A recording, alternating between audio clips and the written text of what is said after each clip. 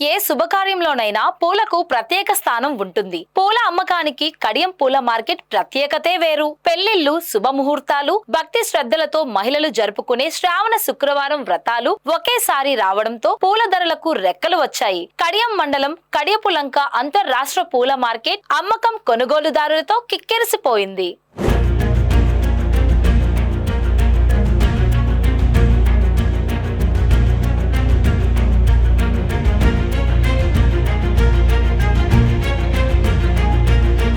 ప్రస్తుత సీజన్లో ఉభయ గోదావరి జిల్లాల్లో పూల దిగుబడులు అంతగా లేకపోవడంతో కర్ణాటక, తమిళనాడు రాష్ట్రాలతో పాటు చిత్తూరు జిల్లా నుండి బంతి, చామంతి, గులాబీ వంటి రకాలను టన్నుల కొలది మార్కెట్ నందు దిగుమతి చేసుకుంటున్నారు. అలాగే వివాహాది శుభకార్యాలకు కావలసిన డెకరేషన్ పువ్వులను బెంగళూరు ప్రాంతాల నుంచి ప్రత్యేకంగా దిగుమతి చేసుకుంటున్నారు.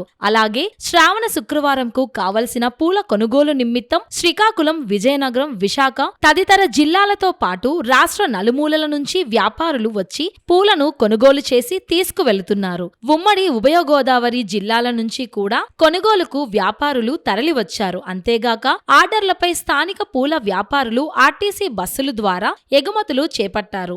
ఉమ్మడి తూర్పు గోదావరి జిల్లాలో గల కడియం, ఆలమూరు, ఆత్రేయపురం మండలాలలో సాగయ్యే కనకాంబరం, లిల్లీ, మల్లి, జాజులు, గులాబీ వంటి పూల పంటలు దారుణంగా దిగుబడి తగ్గింది. అందువల్ల ప్రస్తుత సీజన్లో వాటి ధరలు మరింత అధికమయ్యాయి.